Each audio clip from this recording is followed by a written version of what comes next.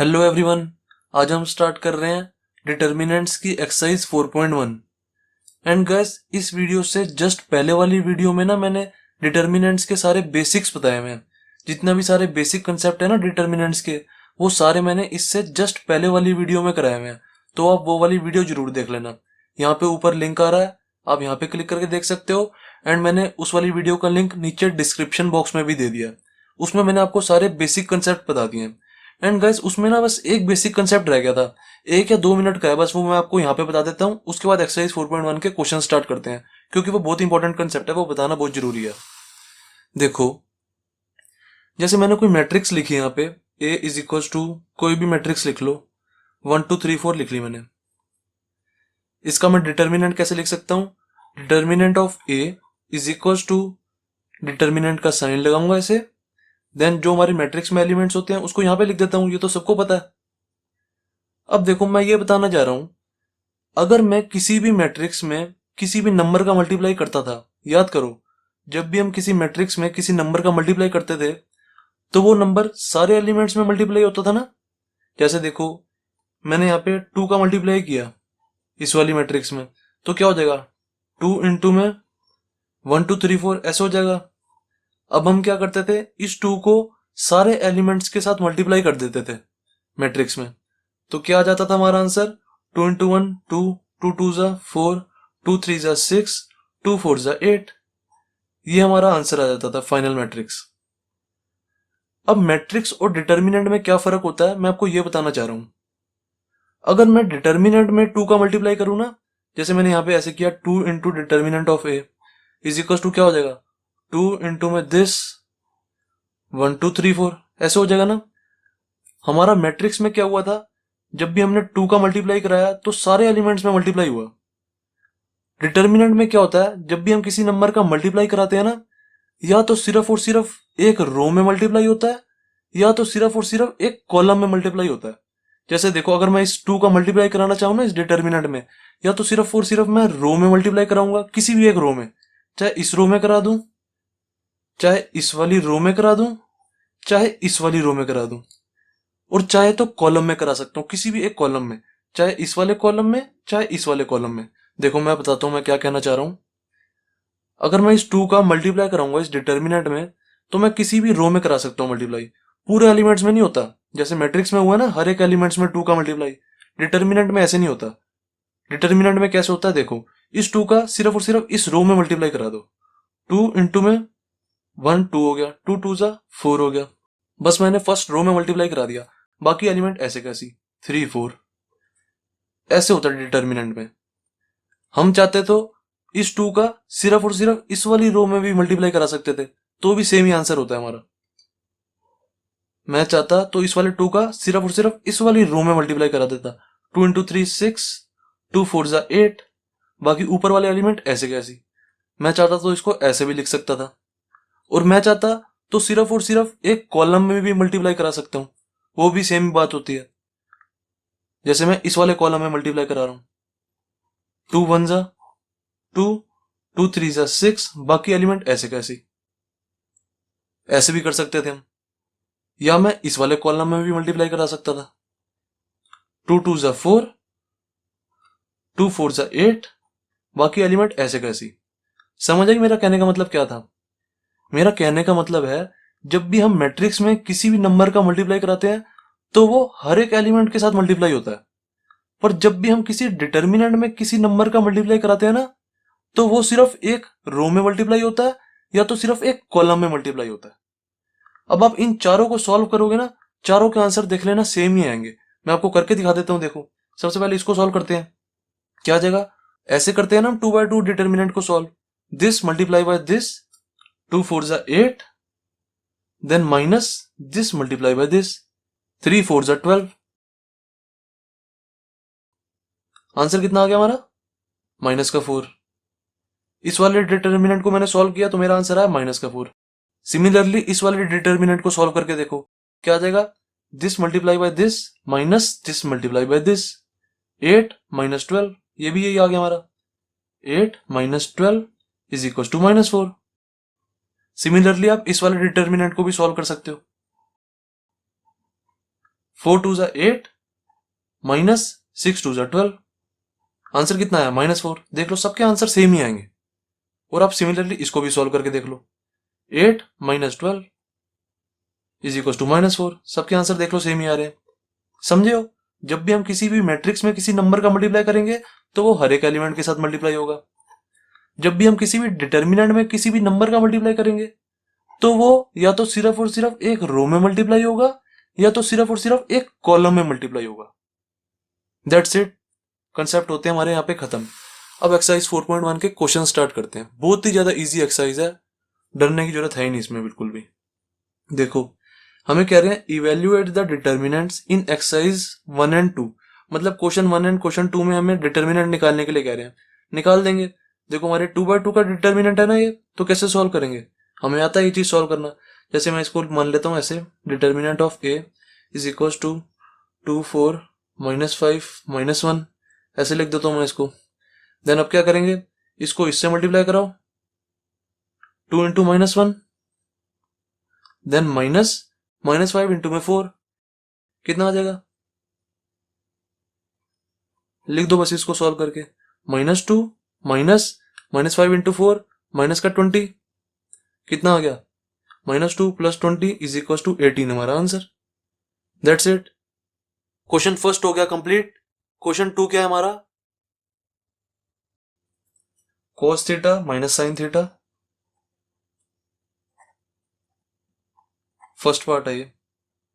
Question 2 के 2 parts है ना, cos theta minus sin theta, then sin theta and cos theta. इसका determinant निकालना है, हमें निकाल देंगे। ये भी बहुत ज्यादा इजी है।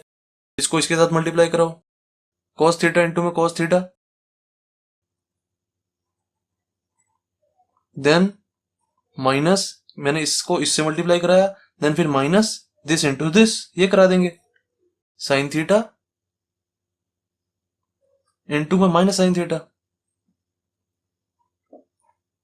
कर दो बस इसको सॉल्व। क्या आ जाएगा? cos square theta, cos theta into cos theta, cos square theta हो गया। देन माइनस का sin थीटा इंटू में माइनस sin थीटा, माइनस का sin स्क्वायर थीटा हो गया। माइनस माइनस प्लस हो जाएगा, cos square theta plus sin square theta is equal to क्या आ गया? sin square theta plus cos square theta is equal to 1 होता है हमारा फॉर्मूला ये। तो sin square theta plus cos square theta is equal to 1 लिख देते हैं। That's it. फर्स्ट पार्ट हो गया कंप्लीट। सेकंड पार्ट क्या है हमारा? ये है हमारा सेकंड पार्ट। अब इसको सॉल्व कर देते हैं। This multiply by this, then minus this multiply by this, solve कर देंगे। क्या आ जाएगा? X square minus x plus 1 multiply by this x plus 1, then minus this multiply by this x plus 1 into में x minus 1। इसको solve कर दो बस। अब क्या आ जाएगा? इसको इसके साथ मल्टीप्लाई कराओ। क्या आ जाएगा? X cube minus x square plus का एक्स हो गया। देन इसको 1 से मल्टीप्लाई करा देंगे तो क्या आ जाएगा? प्लस का सेम चीज यहाँ पे आ जाएगी, x square minus x plus 1। Then इसको इसके साथ मल्टीप्लाई कराओ दोनों को। क्या आ जाएगा? माइनस ए प्लस बी, ए माइनस बी का फॉर्मूला लग जाएगा हमारा, ए प्लस बी ए माइनस बी, तो ए स्क्वायर माइनस बी स्क्वायर आ जाएगा, एक्स स्क्वायर माइनस 1 का स्क्वायर। एंड यहाँ पे ब्रैकेट जरूर लगा देना क्योंकि हमारा यहाँ पे पहले नेगेटिव साइन चल रहा है। नेगेटिव साइन यहाँ पे अंदर मल्टीप्लाई होगा तो ये पॉजिटिव हो जाएगा ना। नेक्स्ट स्टेप में हम इसको पॉजिटिव कर देंगे। नेगेटिव साइन हमेशा आंसर खराब जरूर करता है, इसलिए ध्यान रखा करो नेगेटिव साइन का। देखो यहाँ पे क्या आ जाएगा? जो जो कट रहा है उसको काट दो। एक्स स्क्वायर से एक्स स्क्वायर गया, और कुछ कट रहा है, एक्स से एक्स भी चला गया, और तो कुछ नहीं कट रहा, बस इसको ऐसे कैसे लिख दो। एक्स क्यूब बचा और यहाँ पे क्या बचा? प्लस 1 बचा। यहाँ पे क्या आ जाएगा? माइनस एक्स स्क्वायर और प्लस का 1 हो जाएगा ये। सही है। अब देखो बस ये हमारा आंसर आ गया, x cube minus x square plus का 2। That's it. सेकेंड पार्ट भी कंप्लीट हो गया। अब देखते हैं क्वेश्चन थर्ड। क्वेश्चन थर्ड क्या कह रहा है? कह रहा है if A is equal to this matrix 1 2 4 2, A is equal to this matrix, then show that, ये हमें प्रूव करना है, देन शो दैट 2a का डिटर्मिनेंट इज इक्वल टू होता है 4a के डिटर्मिनेंट के। ये चीज हमें शो करनी है। करते हैं show. Question third and question fourth के बाद ना मैं आपको एक और कंसेप्ट बताऊंगा, वो भी बहुत अच्छा है। Question third and question fourth पे ही वो कंसेप्ट है। इन्हीं दोनों क्वेश्चन पे बेस्ड वो कंसेप्ट है, बहुत अच्छा कंसेप्ट है। Question third and question fourth करने के बाद सिखाऊंगा मैं वो। देखो करते हैं इसको। 2a का डिटर्मिनेंट इज इक्वल टू, हमें 4a का डिटर्मिनेंट करवाना है। a इज इक्वल टू हमें ये मैट्रिक्स दी हुई है 1 2 4 2। तो a का डिटर्मिनेंट निकालो। सबसे पहले क्या आ जाएगा, a का determinant is equal to, determinant का साइन लगाया एंड जो हमारे एलिमेंट्स है उसको यहाँ पे लिख दिया 1 2 4 2। अब इसका डिटर्मिनेंट निकाल दो, क्या आ जाएगा। अब तो डायरेक्ट सॉल्व ही कर देते हैं ना। This multiply by this 2 minus this multiply by this, कितना आ गया 8 इज इक्वल टू माइनस का 6। ए का डिटर्मिनेंट हमारा माइनस का 6 आया। हमें क्या निकालना है, आरएचएस निकाल रहा हूं सबसे पहले मैं, ठीक है ना। सबसे पहले आरएचएस निकाल रहे हैं। 4a का डिटर्मिनेंट निकाल दो। इस डिटर्मिनेंट में 4 का मल्टीप्लाई करा दो, क्या आ जाएगा 4a का डिटर्मिनेंट इज इक्वल टू कितना आ जाएगा, a का डिटर्मिनेंट हमारा -6 है तो 4 से मल्टीप्लाई करा दो इसको, बस कितना आ गया -24। ये हमारा 4a का डिटर्मिनेंट आ गया। अब सिमिलरली 2a का डिटर्मिनेंट निकाल दो। 2a का डिटर्मिनेंट निकालने से पहले हमें 2a भी तो पता होना चाहिए ना, हमें तो सिर्फ a पता है। सबसे पहले आप 2a निकालो, इसको यहाँ पे लिख दो। 4a का डिटर्मिनेंट इज इक्वल टू -24 है, ये हमारा आ गया। अब सबसे पहले 2a निकालते हैं, फिर 2a का डिटर्मिनेंट कर देंगे। हमें a गिवन है, यहाँ से 2a निकाल दो। 2a इज इक्वल टू, हर एक एलिमेंट में 2 का मल्टीप्लाई हो जाएगा क्योंकि मैट्रिक्स है, मैट्रिक्स में हर एक एलिमेंट में मल्टीप्लाई होता है। तो कितना आ जाएगा 2 4 8, 2 4 8 एंड 4, ये हमारा 2a आ गया। अब हम यहां से 2a का डिटर्मिनेंट निकाल देंगे, क्या आ जाएगा, जो हमारी 2a वाली मैट्रिक्स है उसको डिटर्मिनेंट के अंदर लिख दो 2 4 8 4। अब इसका डिटर्मिनेंट निकालो, क्या आएगा, this multiply by this minus this multiply by this, कर दो बस। अब तो कितना आ गया 4 2 8 माइनस 8 4 32 इज इक्वल टू कितना आ गया -24। हेंस देख लो हमारा 2a का डिटर्मिनेंट भी -24 आ रहा है एंड 4a का डिटर्मिनेंट भी हमारा -24 आ रहा है। 2a का डिटर्मिनेंट भी हमारा -24 है, 4a का डिटर्मिनेंट भी हमारा -24 है। तो हमारा शो हो तो गया LHS is equal to RHS। 2a का डिटर्मिनेंट इज इक्वल टू क्या आ गया हमारा 4a का determinant. Hence proved. That's it, question third भी कंप्लीट हो गया। अब स्टार्ट करते हैं क्वेश्चन फोर्थ। क्वेश्चन फोर्थ क्या कह रहा है, if a is equal to this matrix then show that 3a का डिटर्मिनेंट इज इक्वल टू होता है 27 मल्टीप्लाई बाई a के डिटर्मिनेंट के। कर देंगे शो, जैसे क्वेश्चन थर्ड किया है वैसे ही same to same question fourth है। बस क्वेश्चन फोर्थ में डिफरेंट क्या है, इसमें हमें 3x3 ऑर्डर की मैट्रिक्स दी हुई है तो हम डिटर्मिनेंट 3x3 ऑर्डर वाले तरीके से निकालेंगे। जैसे मैंने आपको बेसिक्स वाली वीडियो में बताया हुआ है कि हम 3x3 ऑर्डर वाली मैट्रिक्स का डिटर्मिनेंट कैसे निकालते हैं, वैसे ही निकालेंगे इसमें भी। करते हैं सॉल्व। सबसे पहले जो हमारी मैट्रिक्स गिवन है वो लिखते हैं 1 0 1 0 1 2 0 0 4 एंड अब a का डिटर्मिनेंट निकाल देते हैं, RHS निकाल देते हैं ना। सबसे पहले RHS में मुझे a का डिटर्मिनेंट चाहिए तो सबसे पहले a का डिटर्मिनेंट निकाल देता हूं, उसको फिर 27 से मल्टीप्लाई करा दूंगा। a का डिटर्मिनेंट इज इक्वल टू क्या आ जाएगा, डिटर्मिनेंट का साइन लगाया सबसे पहले, देन जो हमारी a वाली मैट्रिक्स है उसके एलिमेंट्स यहां पे डाल दो सारे 1 0 1 0 1 2 0 0 4। अब मैंने आपको सिखाया हुआ है जब भी हमारी 3x3 ऑर्डर वाली मैट्रिक्स होती है उसका डिटर्मिनेंट हम कैसे निकालते हैं। इसके डिटर्मिनेंट को किसी भी रो के या किसी भी कॉलम के अलोंग एक्सपेंड कर दो, हमारा आंसर आ जाएगा। चाहे आप रो 1 के अलोंग एक्सपेंड कर दो, चाहे रो 2 के, चाहे रो 3 के। आप चाहो तो कॉलम 1 के अलोंग भी एक्सपेंड कर सकते हो, कॉलम 2 के अलोंग भी एंड कॉलम 3 के अलोंग भी। सबसे आंसर हमारा 100% सेम ही आता है। एंड अगर आपका आंसर सेम नहीं आ रहा इट मीन्स आपने कहीं ना कहीं गलती करी है। तो निकालते हैं। मैं क्या करता हूं, कॉलम 1 के अलोंग एक्सपेंड कर देता हूं, जिस मर्जी के अलोंग एक्सपेंड कर दो आप, आपकी मर्जी है। एक्सपेंडिंग अलोंग कॉलम 1, इसके अलोंग एक्सपेंड कर रहा हूं मैं, ये हमारा कॉलम 1 है। करते हैं इसको एक्सपेंड। सबसे पहले कॉलम 1 का पहला वाला एलिमेंट क्या है, हमारा 1 है, तो 1 को ऐसे कैसे लिखा। अब ध्यान से देखो, जो हमारा 1 है उसकी रो कौन सी है और उसका कॉलम कौन सा है। 1 की रो कौन सी है, ये वाली, एंड 1 का कॉलम कौन सा है, ये वाला। तो इन दोनों को अपने दिमाग से निकाल दो। इस वाली रो को 1 देखो, सिर्फ 1 को देखना है, 1 कौन सी रो में है, इस वाली रो में, एंड 1 का कॉलम कौन सा है, ये वाला कॉलम। तो बस इसको अपने दिमाग से निकाल दो।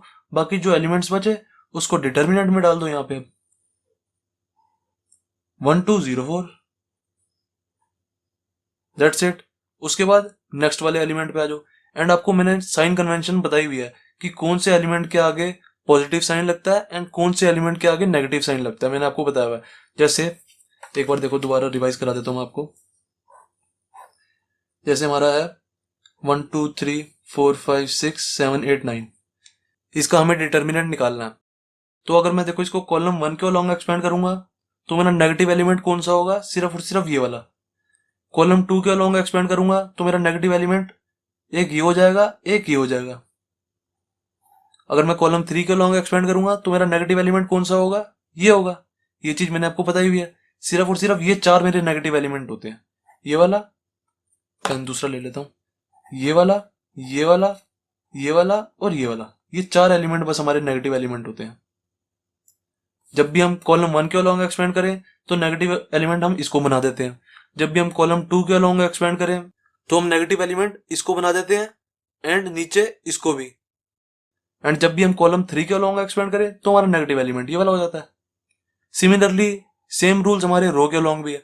अगर हम इस वाली रो के अलॉन्ग एक्सपेंड करें तो हमारा नेगेटिव एलिमेंट ये वाला हो जाएगा। अगर हम इस वाली रो के अलॉन्ग एक्सपेंड करें तो एक ये वाला नेगेटिव, एक ये वाला नेगेटिव। देखो यही 2 नेगेटिव ही तो है हमारे। अगर हम रो 3 के अलॉन्ग एक्सपेंड करें तो हमारा नेगेटिव एलिमेंट ये वाला बन जाता है। ये चीज मैंने आपको बताई हुई है, साइन कैसे लगाने हैं। अब देखो यहाँ पे क्या आ जाएगा, नेक्स्ट एलिमेंट हमारा 0 है तो -0, क्योंकि ये वाला हमारा एलिमेंट नेगेटिव होता है। -0, अब 0 से किसी का भी मल्टीप्लाई कराओ तो हमारा आंसर तो 0 ही रहेगा, तो कुछ लिखने की जरूरत ही नहीं है यहाँ पे। देन नेक्स्ट वाला एलिमेंट 0, ये नेक्स्ट वाला एलिमेंट हमारा 0 है। देन 0 का भी किसी के साथ में मल्टीप्लाई कराओ, हमारा आंसर 0 ही आता है। तो इसके अंदर भी कुछ भी लिखने की आपको जरूरत ही नहीं है, डायरेक्ट आंसर करो बस। अब क्या आ जाएगा हमारा आंसर, 1 × 4, 4 - 0 इज इक्वल टू 4 आ गया हमारा। 1 से मल्टीप्लाई कराओगे तो 1 ही रहेगा ना हमारा, 4 आंसर आ गया। तो इट मीन हमारा determinant of A is equal to क्या आ गया, 4 आ गया। देन RHS निकाल दो। 27A का डिटर्मिनेंट क्या आ जाएगा हमारा, 27A का डिटर्मिनेंट इज इक्वल टू आ जाएगा 27 × 4 इज इक्वल टू 108 हो जाएगा। सही है। तो 27A का डिटर्मिनेंट कितना आ गया हमारा, 108। इतना तो हो गया हमारा, RHS आ गया। अब LHS निकालते हैं। 3A का डिटर्मिनेंट, 3A का डिटर्मिनेंट निकालने के लिए सबसे पहले हमें 3A भी तो पता होना चाहिए ना कि हमारा 3A क्या है, ये चीज भी हमें पता होनी चाहिए। तो सबसे पहले हम 3A निकालेंगे कि 3A क्या होता है। इस वाली मैट्रिक्स को 3 से मल्टीप्लाई करा देंगे तो हमारा 3 आ जाएगा। जब 3A आ जाएगा तो उसका 3A का डिटर्मिनेंट निकाल देंगे हम, जैसे क्वेश्चन 3 किया। तो 3A लिखो सबसे पहले, यहाँ पे क्या आ जाएगा, 3A is equal to 3 multiply by A वाली मैट्रिक्स लिख रहा हूं मैं, ये वाली। ओके, 1 0 1 0 1 2 0 0 4। मैं आपको क्वेश्चन वैसे ही कराता हूं जैसे आपको पेपर में प्रेजेंट करना होता है, बिल्कुल सेम टू सेम वैसे ही रिप्रेजेंटेशन कराता हूं मैं आपको। तो क्या आ जाएगा हमारा ये, 3 0 3 0 3 6 देन 0 0 12, ये हमारा 3A आ गया। अब 3A का डिटर्मिनेंट निकाल दो। क्या आ जाएगा, 3A का determinant is equal to, determinant का साइन लगाया सबसे पहले। अब जो हमारे 3A की जो मैट्रिक्स है उसके एलिमेंट्स है उसको यहाँ पे लिख दो, इन वाले एलिमेंट्स को सबसे पहले। उसके बाद सॉल्व करेंगे, 3 0 3 0 3 6 देन 0 0 1 2। अब ये भी हमारी एक तरह से 3x3 ऑर्डर वाली मैट्रिक्स है। इसका भी डिटर्मिनेंट हम ऐसे ही निकालेंगे जैसे ये किया।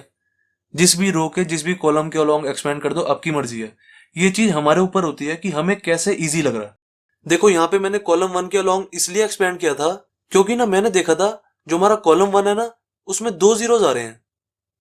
तो जब 2 जीरो आएंगे ना तो मुझे 2 जीरो के यहाँ पे कुछ लिखना नहीं पड़ेगा, मेरा काम बच जाएगा, मेरा टाइम बच जाएगा। देखो कॉलम 1 में 2 जीरो थे, तो जब मैं ये वाला एलिमेंट लिखूंगा 0 जीरो के साथ किसी का भी मल्टीप्लाई कराओ तो आंसर जीरो ही आएगा, तो मेरी कैलकुलेशन कम होगी। इसलिए मैं जिस भी रो में या जिस भी कॉलम में सबसे ज्यादा जीरोस होते हैं ना, उस कॉलम या उस रो के अलोंग एक्सपेंड करता हूं। मैं इस वाली रो के अलोंग भी एक्सपेंड कर सकता था, जो हमारी रो 3 है, ये वाली, क्योंकि इसमें भी देखो 2 जीरो थे, हमारी कैलकुलेशन कम होती। मैं कॉलम 2 के अलोंग भी एक्सपेंड कर सकता था, इसमें भी हमारे 2 जीरो हैं। जिसमें भी सबसे ज्यादा जीरो होते हैं ना, जिस भी रो में या जिस भी कॉलम में, हमेशा उसके अलोंग एक्सपेंड कर दिया करो, हमारी कैलकुलेशन कम लगती है। थोड़ी कैलकुलेशन कम होती है तो हमारे आंसर गलत होने के चांसेस बहुत कम हो जाते हैं ना। तो देखो, जब मैंने कॉलम 1 के अलोंग एक्सपेंड किया था, इसमें 2 जीरोस थे, तो फिर मैंने देखा जब मैं जीरो के साथ किसी का भी मल्टीप्लाई कराऊंगा तो मेरा आंसर जीरो आ जाएगा, कैलकुलेशन कम होगी मेरी। फिर इसमें थर्ड वाला भी एलिमेंट जीरो है, जब मैं यहाँ पे जीरो लिखूंगा, जीरो के साथ किसी का भी मल्टीप्लाई कराऊंगा, मुझे ये भी करने की जरूरत नहीं है, क्योंकि ये चीज भी मेरी जीरो आ रही है, ये भी चीज जीरो आ रही है, बस मुझे इसको ही सॉल्व करना है, मेरा आंसर आ जाएगा। इसलिए मैंने कॉलम 1 के अलोंग एक्सपेंड कर दिया था। वैसे जो आपका मन करे आप किसी भी कॉलम या किसी भी रो के अलोंग एक्सपेंड कर दिया करो, जरूरी नहीं है मेरी माननी है, आपकी मर्जी है। बस मैंने आपको तो ये बताया कि जिस भी रो में या जिस भी कॉलम में ज्यादा जीरोस हो ना, उससे कैलकुलेशन कम हो जाती है हमारी, इसलिए मैं हमेशा उसके अलोंग एक्सपेंड कर देता हूँ। अब देखो, मैंने इसमें देखा, इसमें भी मेरा कॉलम 1 में 2 जीरोस हैं, तो मैं कॉलम 1 के अलोंग ही एक्सपेंड कर देता हूँ, या रो 3 के अलोंग भी कर सकते हो, आपकी मर्जी है, जो आपका मन करे। मैं ज्यादातर ना कॉलम 1 एंड रो 1 के अलोंग ही एक्सपेंड करता हूँ, मेरे को ज्यादा अच्छा लगता है। एक्सपेंड अलोंग कॉलम 1, देन क्या आ जाएगा, कॉलम 1 के अलोंग एक्सपेंड करो इसको, ये हमारा कॉलम 1 है। फर्स्ट एलिमेंट क्या है हमारा, 3 लिखा। देन 3 को देखो कौन सी रो है और कौन सी कॉलम है वो। 3 की रो कौन सी है, ये वाली। कॉलम कौन सा है, ये वाला। एलिमेंट्स कौन से बच्चे, ये। तो इनको डिटर्मिनेंट में लिख दो, यहाँ डिटर्मिनेंट का साइन आएगा 3 6 0 1 2, दैट्स इट। और ये वाला एलिमेंट क्या होगा हमारा, प्लस का, क्योंकि ये वाला एलिमेंट हमारा प्लस होता है। इस वाले कॉलम में सिर्फ और सिर्फ नेगेटिव यही वाला एलिमेंट होता है हमारा, ये वाला, तो इसके आगे हम नेगेटिव साइन लगा देंगे। जीरो के आगे तो नेगेटिव लगाओ, पॉजिटिव लगाओ, उसको तो कुछ फर्क ही नहीं पड़ेगा बेचारे को। -0 इंटू में कुछ भी कर दो, यहाँ पे हमारा आंसर जीरो ही रहेगा। ये वाला एलिमेंट लिखा है मैंने। देन अब थर्ड वाले एलिमेंट पे आ जाओ, प्लस का 0 इंटू में यहाँ पे कुछ भी लिखो, हमारा आंसर जीरो ही आएगा, तो लिखने की जरूरत ही नहीं है, बस इसको सॉल्व करो, हमारा आंसर। देखो इजी हो जाता है ना। जब भी हम किसी ऐसे कॉलम या ऐसी रो के अलोंग एक्सपेंड करें जिसमें ज्यादा जीरोस हो, हमारी कैलकुलेशन कम हो जाती है। बाकी मर्जी आपकी है, जैसे मर्जी कर सकते हो आप। इसको सॉल्व करो डिटर्मिनेंट को, 12 3 36 -0 कितना आ जाएगा, 108। 36 इंटू 3 108 हो गया ना। तो 3a का डिटर्मिनेंट कितना आ गया हमारा, 108। तो देखो हमारा RHS और RHS इक्वल आ तो गया। 27a का डिटर्मिनेंट भी हमारा 108 आ रहा है, 3a का डिटर्मिनेंट भी हमारा 108 आ रहा है, तो LHS is equal to RHS हो गया। ओके, तो हेंस फ्रॉम, इसको दे दो फर्स्ट, इसको दे दो सेकंड इक्वेशन नाम, hence from first and second,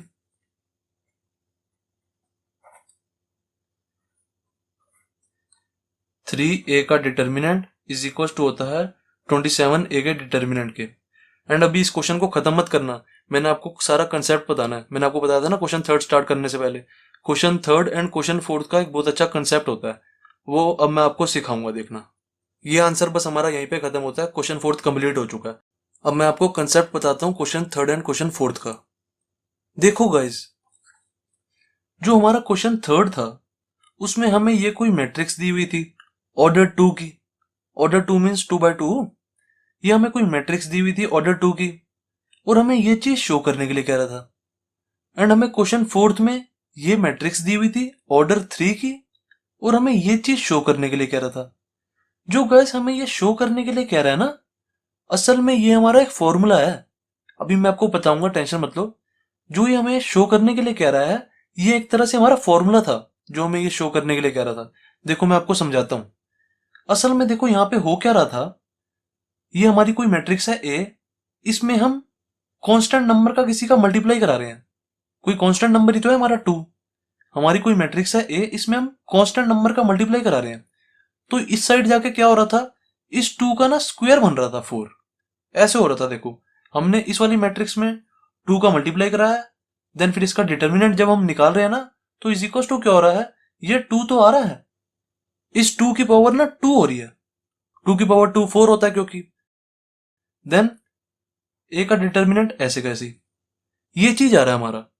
similarly इस साइड देखो क्या हो रहा है, इस साइड हो रहा है हमारा हमारा ए जो है इसको हम 3 से मल्टीप्लाई करा रहे हैं, तो इस साइड जाके क्या हो रहा है, 3a का डिटर्मिनेंट जब हम ऐसे करा रहे हैं, जो हमारी मैट्रिक्स है ए उसको हमने 3 से मल्टीप्लाई कराया है, फिर इसका हमने डिटर्मिनेंट निकाला है, तो इज इक्वल टू हमारा क्या हो रहा है, ये 3 का ना, ये 3 तो आ रहा है, पर अब यहाँ पे क्यूब हो गया डिटर्मिनेंट ए, ऐसे हो रहा है।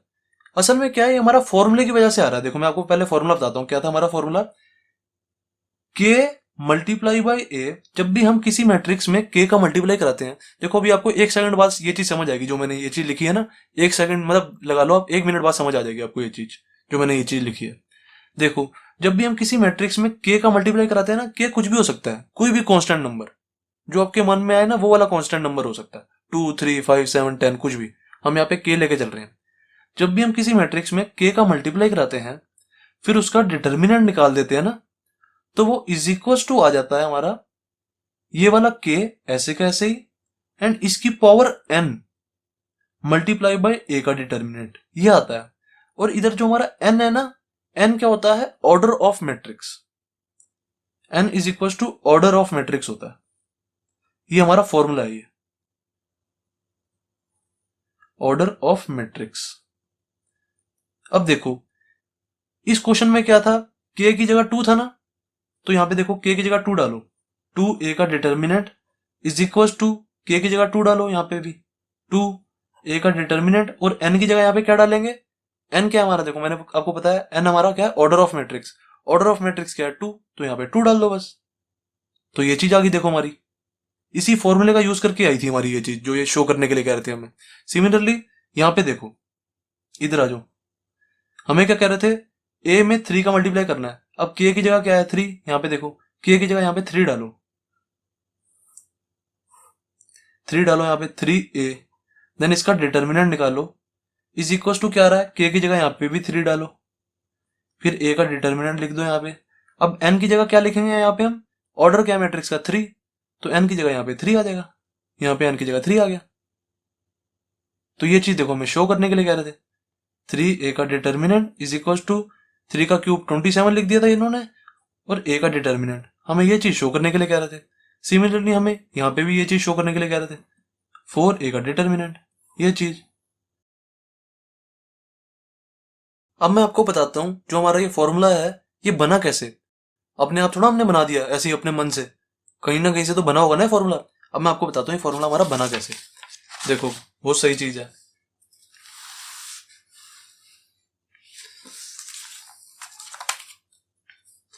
देखो हमारा फॉर्मूला है क्या, के ए का डिटर्मिनेंट इज इक्वल टू होता है के की पावर n ए के डिटर्मिनेंट के, ये हमारा फॉर्मूला है। अब ये फॉर्मूला बना कैसे ये देखते हैं। सबसे पहले एक बार मैं ऑर्डर 2x2 की मैट्रिक्स ले लेता हूं, 1 2 3 4। एक बार मैं ले लूंगा a is equal to 3x3 की मैट्रिक्स, 1 2 3 4 5 6 7 8 9।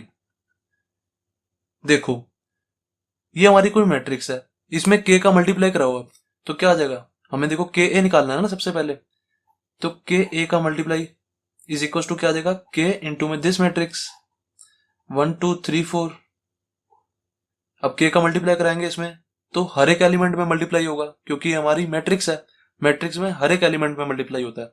तो क्या आ जाएगा, 1 के 2 के 3 के 4 के, ये हमारा आ गया के ए। अब हमें के ए का डिटर्मिनेंट भी निकालना है ना, तो के ए का डिटर्मिनेंट कर दो इसको, इज इक्वल टू क्या आ जाएगा, यहाँ पे डिटर्मिनेंट का साइन आ जाएगा, और जो हमारी के ए वाली मैट्रिक्स है इसके सारे एलिमेंट्स यहाँ पे आ जाएंगे, 1 के 2 के, 1 के लिखो या के लिखो एक ही बात है, 3 के 4 के। ठीक है, इतना तो सबको समझ आ गया। अब देखो मैंने आपको एक कंसेप्ट बताया था एक्सरसाइज 4.1 स्टार्ट होने से पहले, सबसे पहले मल्टीप्लीकेशन का मैंने आपको कंसेप्ट बताया था। देखो जब भी हम किसी डिटर्मिनेंट में किसी नंबर का मल्टीप्लाई करते हैं, या तो वो सिर्फ रो में मल्टीप्लाई होता है या तो सिर्फ एक कॉलम में मल्टीप्लाई होता है।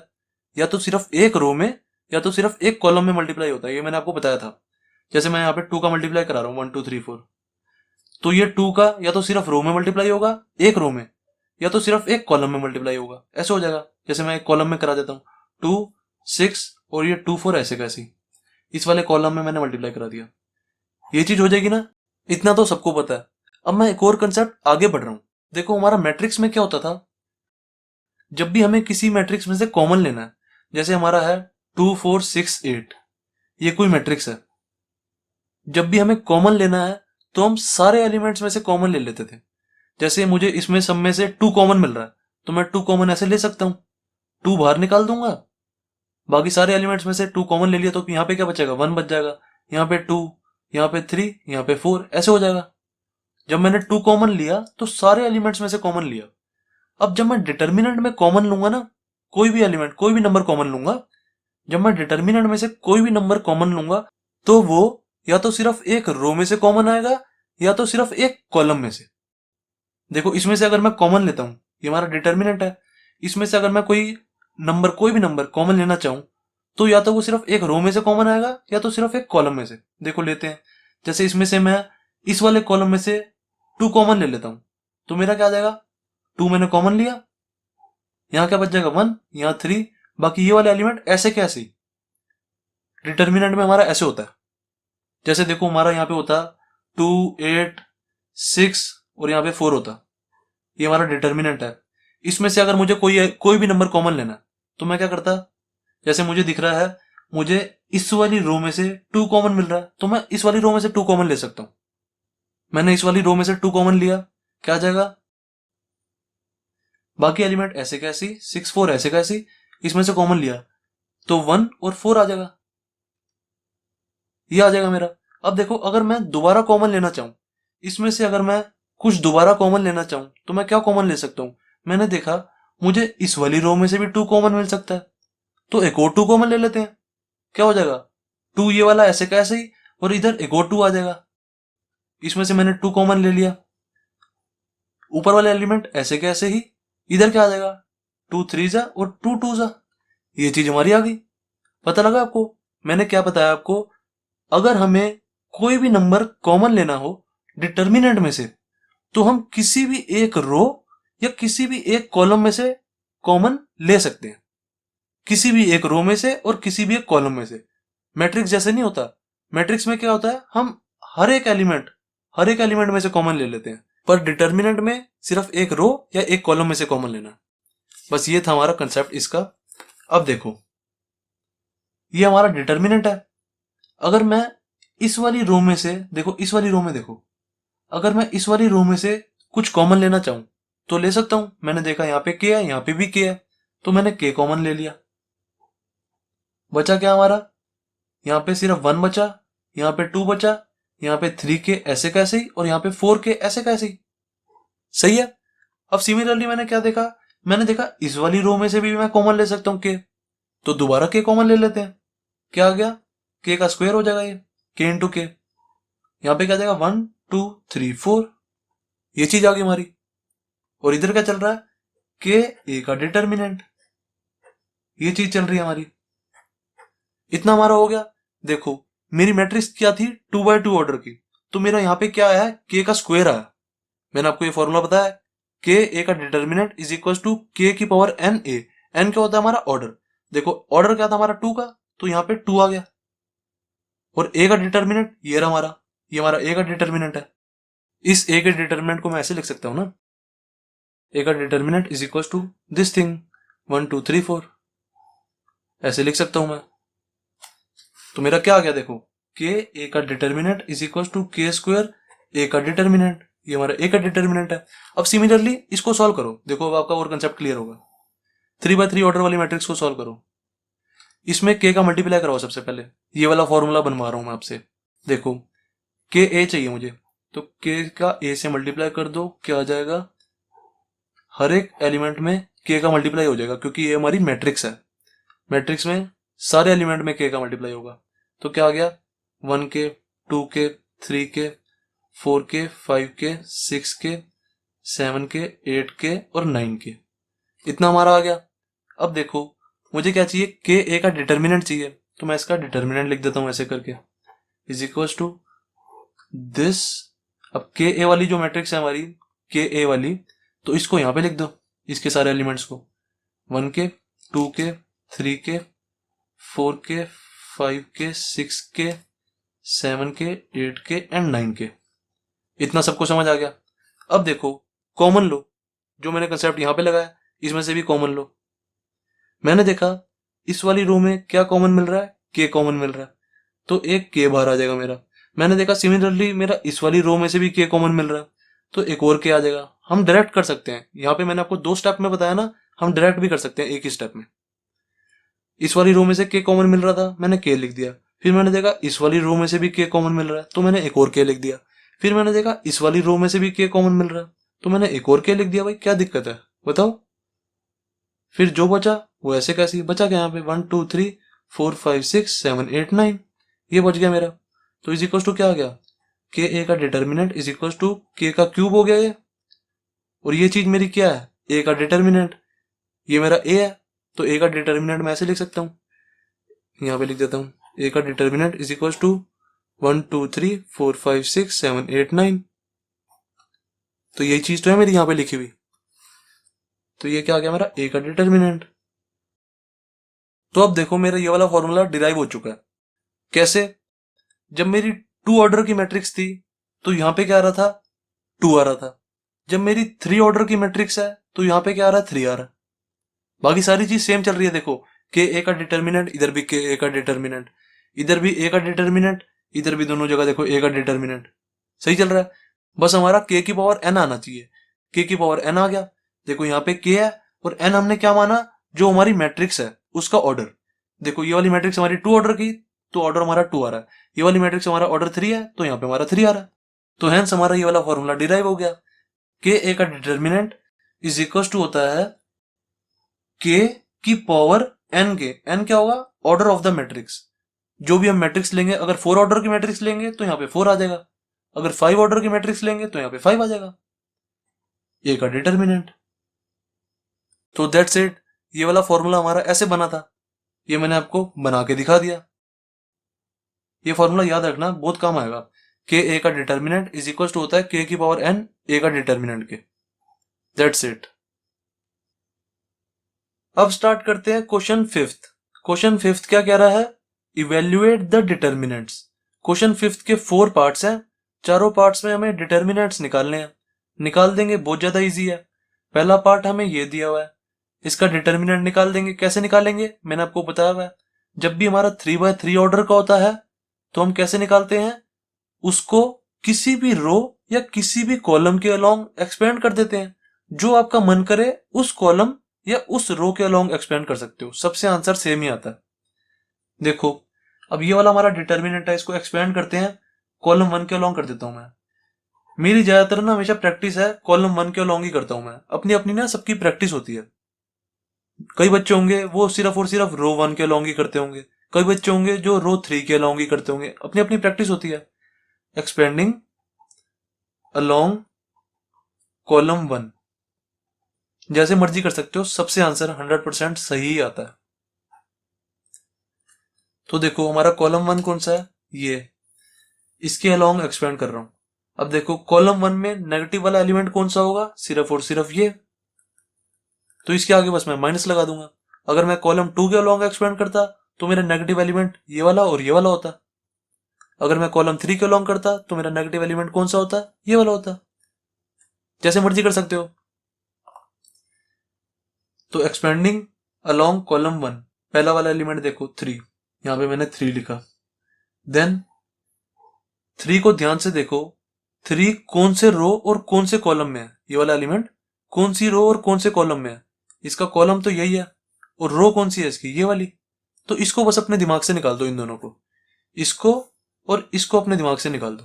बाकी जो एलिमेंट्स बचे उसको यहां पे लिख दो, 0 -1 -5 0, दैट्स इट। उसके बाद अब सेकंड एलिमेंट पे आ जाएंगे। सेकंड एलिमेंट क्या है हमारा, 0, और इसके आगे नेगेटिव साइन आएगा।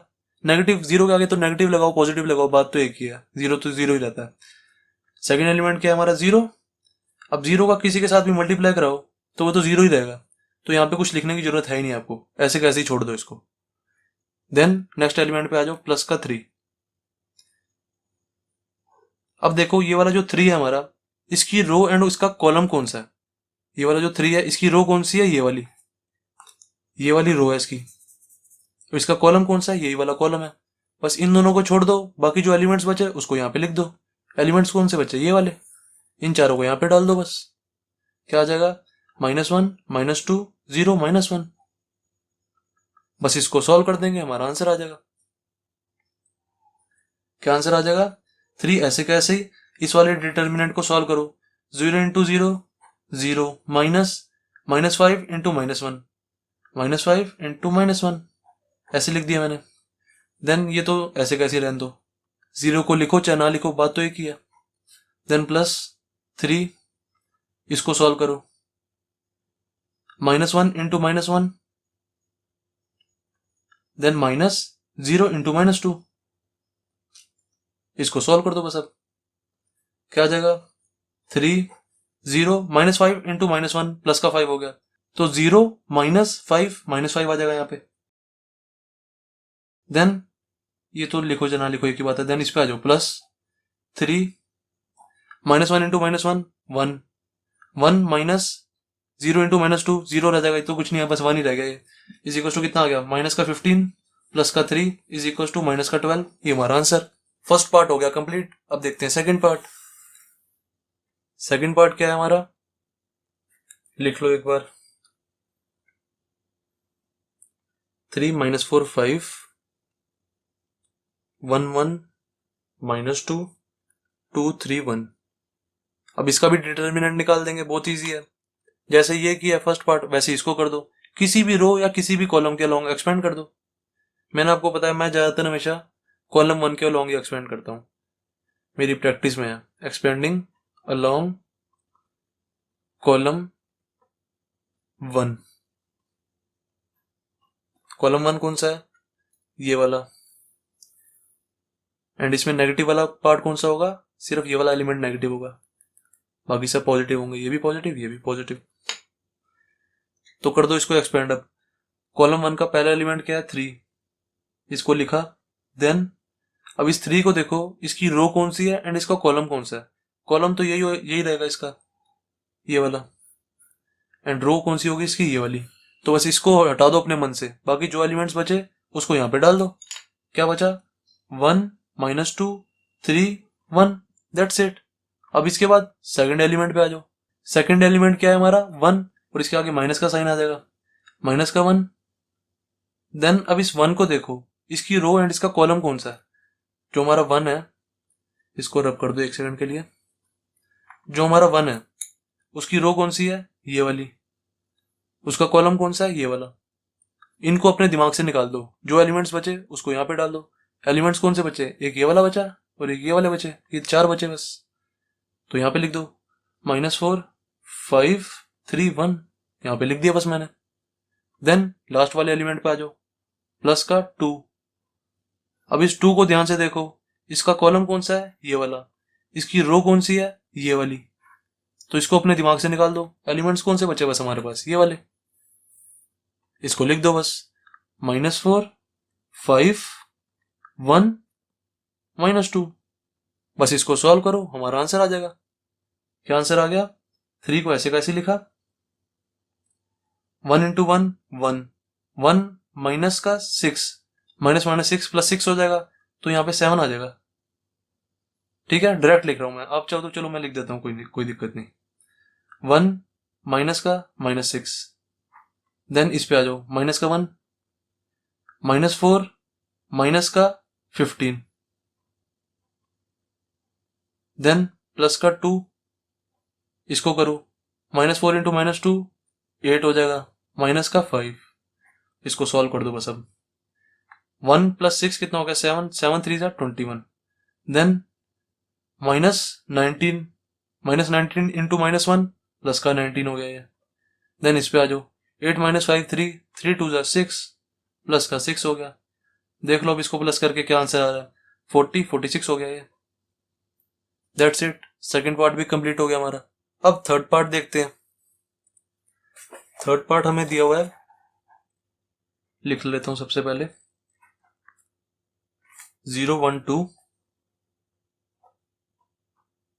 -1 0 -3 -2 3 0।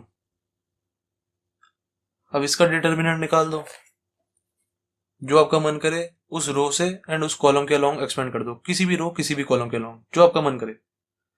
मैं देख रहा हूं, मैं कॉलम 1 के अलोंग कर देता हूं यार, ज्यादा सोचना ही क्या। Expanding along column 1 C1। अब इस कॉलम के अलोंग एक्सपेंड कर रहा हूं मैं। इसका नेगेटिव एलिमेंट कौन सा होता है? सिर्फ और सिर्फ ये वाला होता है। अगर आप रो 1 के अलोंग एक्सपेंड करते इसके अलोंग, तो हमारा नेगेटिव एलिमेंट कौन सा होता? ये वाला हो जाता। आपकी मर्जी है, जिससे मर्जी कर सकते हो, बस मैं आपको बताता रहता हूँ साथ साथ, जो मर्जी कर सकते हो आप। अगर रो 2 के अलोंग करते तो नेगेटिव एलिमेंट हमारे कौन से होते? एक ये वाला और एक ये वाला। अगर आप रो 3 के अलोंग एक्सपेंड करते इसके अलोंग, तो हमारे नेगेटिव एलिमेंट कौन से होते? सिर्फ और सिर्फ ये वाला। जो आपको मन करे उससे कर सकते हो। तो देखो, पहला एलिमेंट क्या है हमारा? 0। कॉलम 1 के अलोंग एक्सपेंड कर रहा हूं मैं, ठीक है ना। तो कॉलम 1 का पहला एलिमेंट कौन सा हमारा? 0। तो यहाँ पे मैंने 0 लिखा। 0 का तो किसी के साथ भी मल्टीप्लाई कराओ वो तो हमारा 0 ही रहेगा, तो इसको ऐसे कैसे रहने देते हैं। 0 का किसी के साथ भी मल्टीप्लाई कराओ 0 ही आता है, तो इसके साथ ज्यादा छेड़खानी करनी क्यों हमें, ऐसे कैसे रहने देते हैं इसको। देन इस पे आ जाओ, इस वाले एलिमेंट पे। ये वाला एलिमेंट क्या है हमारा? -1 एलिमेंट है हमारा, और इसके आगे माइनस का साइन भी आएगा। देन यहाँ पे डिटर्मिनेंट लगाना है। अब देखो, जो हमारा -1 एलिमेंट है, इसकी रो देखो एंड इसका कॉलम देखो कौन सा है। -1 जो हमारा एलिमेंट है ये, इसकी रो देखो, ये वाली रो है इसकी, और इसका कॉलम ये वाला है। एक सेकंड में सारा ना रब कर देता हूँ ताकि आपको साफ साफ दिख जाए सारा।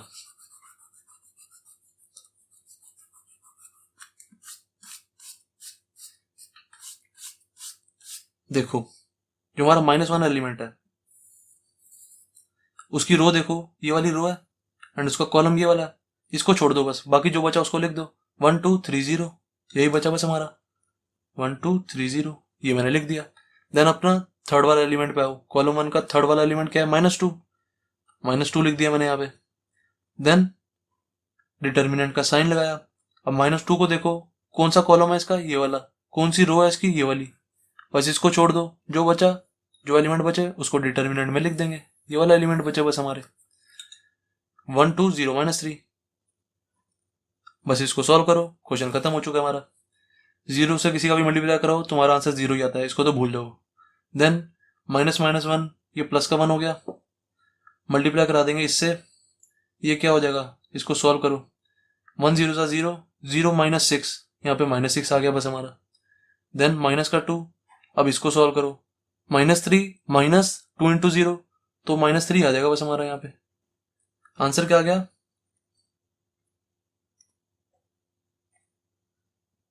-6। देन ये कितना हो गया? -2 इंटू 3, -3 कितना हो गया? प्लस का 6 हो गया, इज इक्वल टू 0। आंसर आ गया बस हमारा। अब देखते हैं फोर्थ पार्ट। फोर्थ पार्ट में हमें क्या दिया हुआ है, उतार लो एक बार सबसे पहले।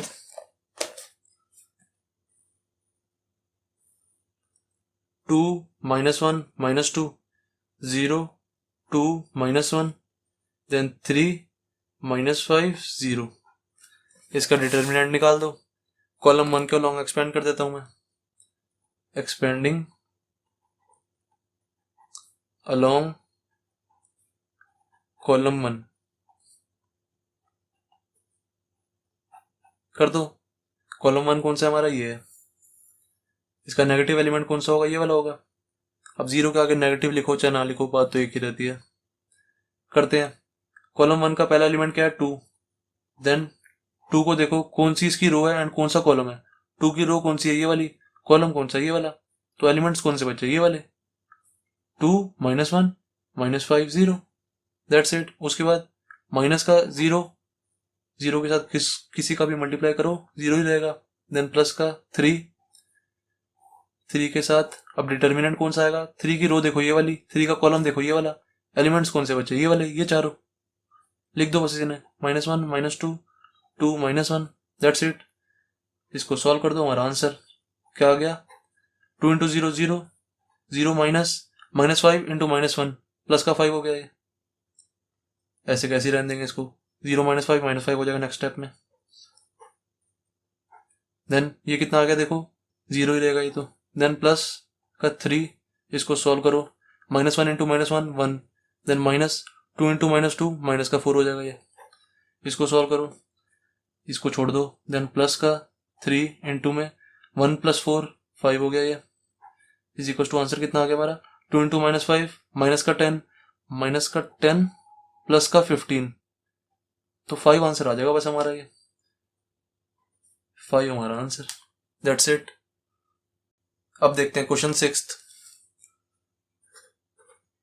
क्वेश्चन 6 क्या है हमारा, हमें बोला हुआ है if a is equal to, ये हमें मैट्रिक्स दी हुई है 1 1 -2, देन 2 1 -3, देन 5 4 -9। ये हमें मैट्रिक्स दी हुई है और a का डिटर्मिनेंट निकालने के लिए बोल रहे हैं।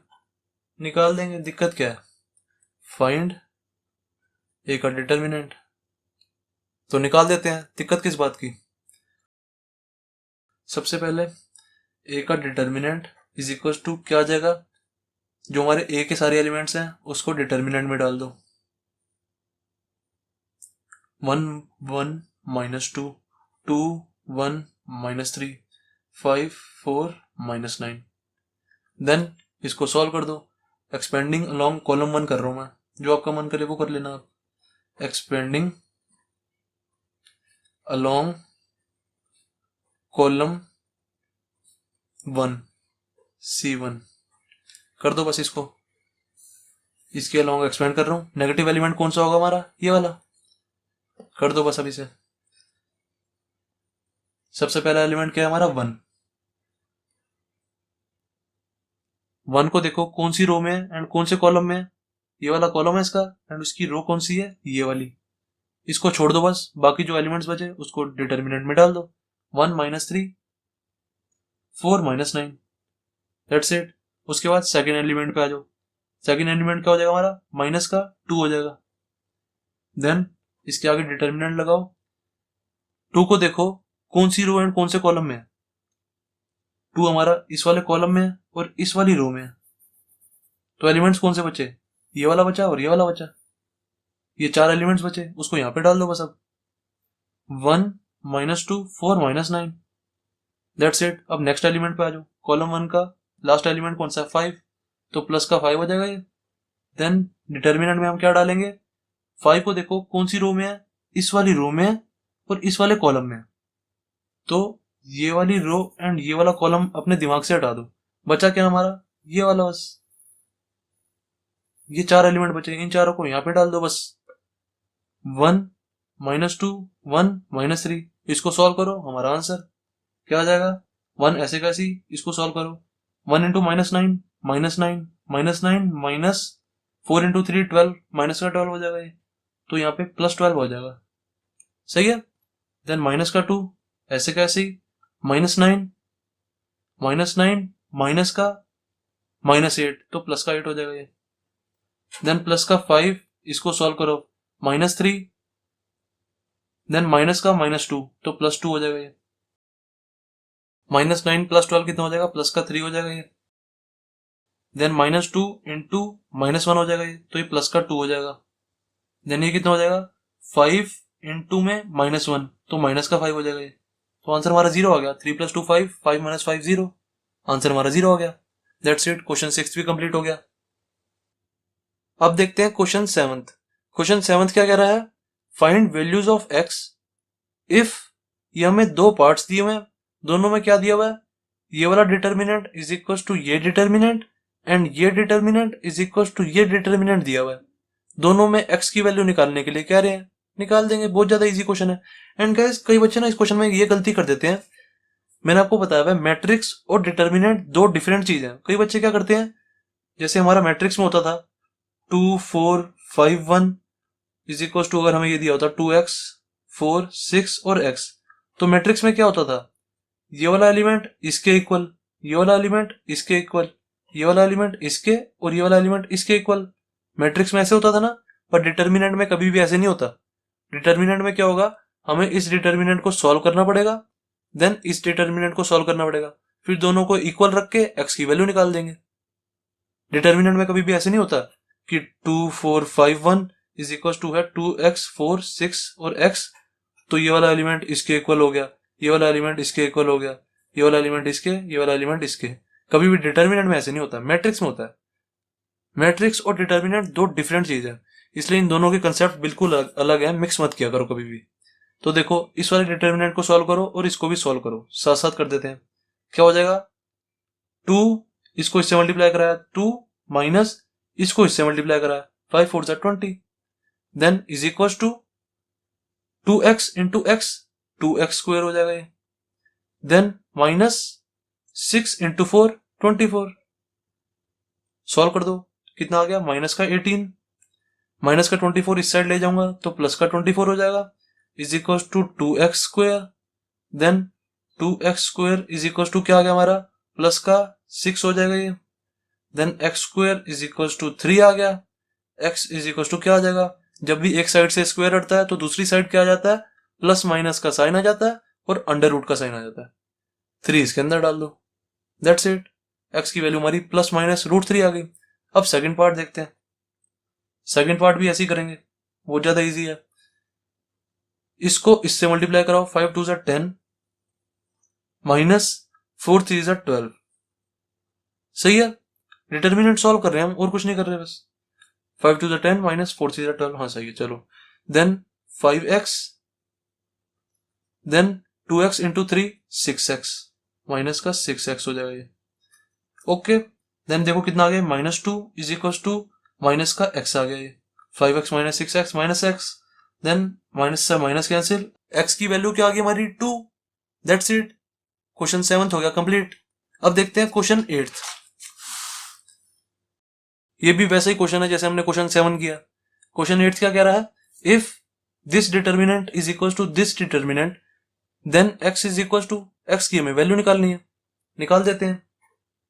आंसर, ये वाले डिटर्मिनेंट को सॉल्व करो, x into x, x square, then minus 18 into 2 36, then is equal to, इस वाले डिटर्मिनेंट को सॉल्व कर दो, 6 6 36 माइनस 18 2 36, ये कितना आ गया 0, 36 minus 36 0, x square minus 36, then minus 36 को इस साइड ले जाओ, x is equal to x square is equal to 36, x की वैल्यू क्या आ गई हमारी, x इज इक्वल टू, जब भी एक साइड से स्क्वायर हटता है दूसरी साइड क्या आ जाता है, प्लस माइनस का साइन आ जाता है एंड अंडर रूट आ जाता है। अंडर रूट में 36 डाल दो बस, रूट 36 होता क्या है हमारा 6, तो x की वैल्यू क्या आ गई हमारी प्लस माइनस 6, तो बी पार्ट प्लस माइनस 6 हमारा करेक्ट आंसर है, दैट्स इट। तो क्वेश्चन 8 हो गया हमारा कंप्लीट। एंड गाइस, ये जितने भी मेरे सारे नोट्स है ना, इन सारे नोट्स को मैंने अपनी वेबसाइट पे अपलोड कर दिया है। आप क्या करो, अपने फोन में जो भी आपके फोन में ब्राउजर है ना, वेब ब्राउजर है, उसको खोलो, चाहे गूगल क्रोम हो चाहे कोई भी ब्राउजर हो, उसको खोलो और एंड टाइप करो subjectteacher.in, कहीं भी स्पेस मत देना, कहीं भी, चाहे आप यहाँ पे www भी लिख दो, www.subjectteacher.in, कहीं भी स्पेस नहीं देना, पूरा डिट्टो ऐसे कैसे लिख दो, सेम टू सेम। फिर ना एक वेबसाइट खुलेगी, राइट साइड में एक बटन होगा, मेन्यू लिखा होगा, उस पे, उस मेन्यू पे क्लिक कर देना, एक लिस्ट खुल जाएगी।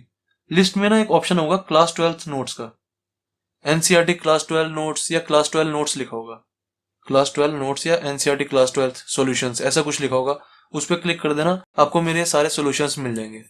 That's it and thank you.